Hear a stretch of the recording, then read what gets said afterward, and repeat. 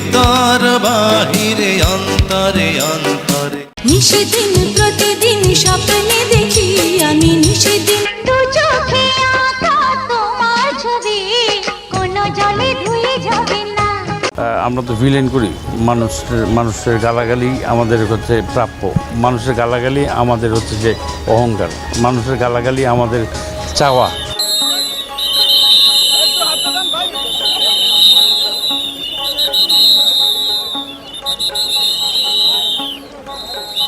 ডন যদি বন্ধু হয়ে থাকতো তাহলে সে জানা যায় কেন না কেন তার বেস্ট ফ্রেন্ডের এখন কে মায়া কেন করে? আমার দেশ বাংলাদেশে থাকবো, আমি কোথাও পালাবো। আরে আপনি চোর হলে আপনি পালাবেন, আপনার যদি সৎ সাহস থাকে আপনি তো পালাবেন না, এটা স্বাভাবিক।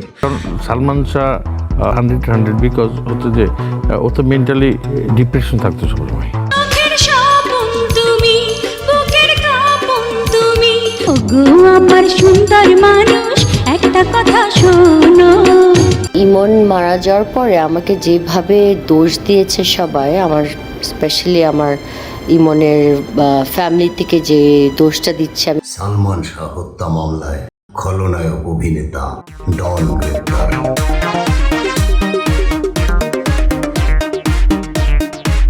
সালমান শাহ হত্যা মামলায় অভিনেতা ডন গ্রেপ্তার।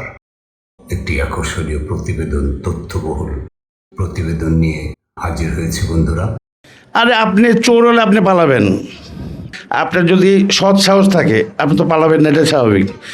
29 বছর পর অবশেষে কি উন্মোচিত হতে যাচ্ছে অমর নায়ক সালমান শাহ মৃত্যুর আসল রহস্য? ঢাকায় চলচ্চিত্রের জনপ্রিয় খল অভিনেতা মোহাম্মদ আশরাফুল হক, বাংলাদেশে থাকবো, আমি কোথাও পালাবো।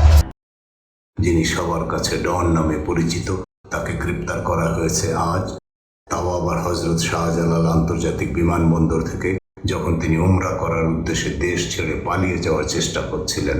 সালমান শাহর মৃত্যু দীর্ঘ 29 বছর পর করা হত্যা মামলায় হঠাৎ কেন ডনকে গ্রেপ্তার করা হলো? কি ঘটেছিল আদালতে? জানতে ভিডিওটি শেষ পর্যন্ত দেখুন। হ্যাঁ বন্ধুরা, আমি বৃদ্ধ মানুষ, আমার বাংলা উচ্চারণের ভুল ত্রুটি ক্ষমা করে দেবেন।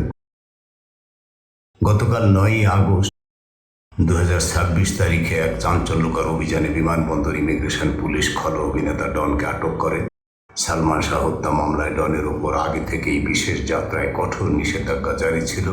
ইমিগ্রেশন পুলিশ যখনই তার পাসপোর্টের তথ্য চেক করে তখনই বিষয়টি ধরা পড়ে। সাথে সাথে খবর দেওয়া হয় অপরাধ তদন্ত বিভাগ বা সিআইডিকে। এরপর সিআইডির একটি বিশেষ দল বিমানবন্দরে এসে ডনকে নিজেদের হেফাজতে নিয়ে নেয় এবং সেই মামলার আসামি হিসাবে আজকে ডনকে গ্রেপ্তার করে বিজ্ঞ আদালতে উপস্থাপন করা হয়। আদালতে রাষ্ট্রপক্ষের বোমা ফাটানো দাবি ও চুক্তির তথ্য। গ্রেপ্তারের ঠিক কয়েক ঘন্টার মাথায় ডনকে ঢাকার সিএমএম আদালতে হাজির করা হয়। কড়া নিরাপত্তায় বুলেট প্রুফ জ্যাকেট এবং হেলমেট পরিয়ে তাকে যখন কাঠগড়ায় দাঁড় করানো হয়, তখন রাষ্ট্রপক্ষের আইনজীবী বা বিপি ওমর ফারুকী আদালতে এক বিস্ফোরক দাবি করেন। রাষ্ট্রপক্ষ থেকে বলা হয়, রিজভী আহমেদ ওরফে ফরহাদ নামের এক আসামির আগের স্বীকারোক্তি অনুযায়ী সালমান শাহর স্ত্রী সামিরার সাথে ডনের অবৈধ সম্পর্ক ছিল, আর এই হত্যাকাণ্ডের জন্য মাত্র 12 লাখ টাকার একটি চুক্তি হয়েছিল। দাবি করা হয় ডন, ফারুক এবং রিজভী মিলে প্রথমে সালমান শাহকে অচেতন করেন এবং পরবর্তীতে সেটিকে আত্মহত্যা হিসেবে চালিয়ে দেওয়ার জন্য লাশ সিলিং ফ্যানের সাথে ঝুলিয়ে দেন। ইমন মারা যাওয়ার পরে আমাকে যেভাবে দোষ দিয়েছে সবাই, আমার স্পেশালি আমার ইমনের ফ্যামিলি থেকে যে দোষটা দিচ্ছে, আমি মধ্যে এই মামলার যতজন আসামি আছে সবার বিরুদ্ধেই গ্রেপ্তারি পরোয়ানা জারি করা আছে। এবং মামলাটির পেছনের ইতিহাস ও বর্তমান পরিস্থিতি। 1996 সালের 6 সেপ্টেম্বর ইস্কাটনের বাসা থেকে উদ্ধার করা হয়েছিল সালমান শাহের দেহ। শুরুতে পুলিশ এটিকা হিসেবে প্রতিবেদন দিলেও সালমান শাহর পরিবার, বিশেষ করে তার মা নীলা চৌধুরী, কখনোই তা মেনে নেননি।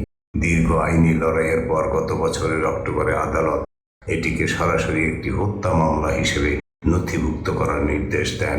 ডন যদি বন্ধু হয়ে থাকতো তাহলে সে জানা যায় কেন না কেন তার বেস্ট ফ্রেন্ডের এখন কে মায়া কেন করে?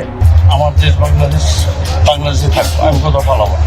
সালমান শাহর মামা আলমগীর কুমকুম বাদী হয়ে রাজধানীর রমনা থানায় এই মামলাটি করেন, যেখানে সালমান শাহর সাবেক স্ত্রী সামিরা হক এবং অভিনেতা ডন সহ মোট 11 জনকে আসামি করা হয়।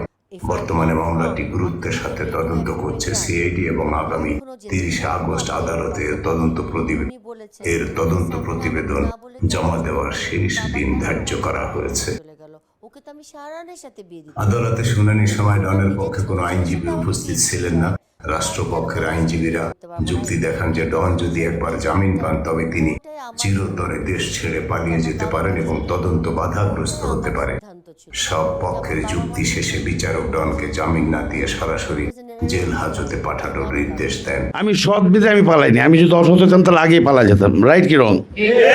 হ্যাঁ, সৎ একটা সাহস থাকবেই, আর সতের পক্ষে সবাই থাকবে, সত্যর পক্ষে সবাই থাকবে। সালমান শাহর কোটি কোটি ভক্ত দীর্ঘ 29 বছর ধরে এই একটি বিচারের আশাতেই দিন গুনছেন। ডনের এই গ্রেপ্তারের পর কি হবে? সত্যিটা বেরিয়ে আসবে? আপনার কি মনে হয়, এটি কি পরিকল্পিত হত্যাকাণ্ড ছিল? কমেন্ট করে আপনার মতামত জানান। এই জীবনে যারে চেয়েছি আজ আমি তারে পেয়েছি। হ্যাঁ বন্ধুরা, আবারও বলি, আমি বৃদ্ধ মানুষ, একজন কণ্ঠশিল্পী, একজন সঙ্গীত শিক্ষক এবং একজন মুক্তিযোদ্ধা। আমি বৃদ্ধ মানুষ। আমার বাংলা উচ্চারণের ভুল ত্রুটি ক্ষমা করে সাবস্ক্রাইব করুন, লাইক করুন ও শেয়ার করুন এবং পরবর্তী আপডেটের জন্য আমাদের চ্যানেলটির সাথেই থাকুন। ধন্যবাদ। আসসালামু আলাইকুম রহমতুল্লাহি ওয়া বারাকাতুহু এবং হিন্দু ভাইদের নমস্কার।